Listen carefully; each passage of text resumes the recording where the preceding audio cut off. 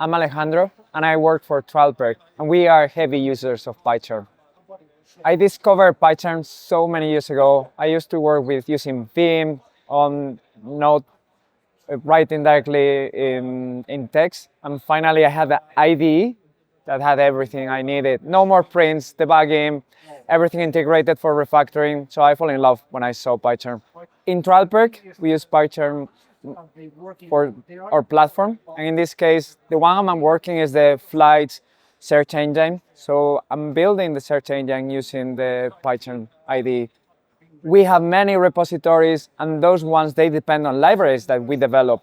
And attaching those libraries to the same repository I'm working, it helps a lot because it lets me code the library at the same time I'm doing the repository and making the changes.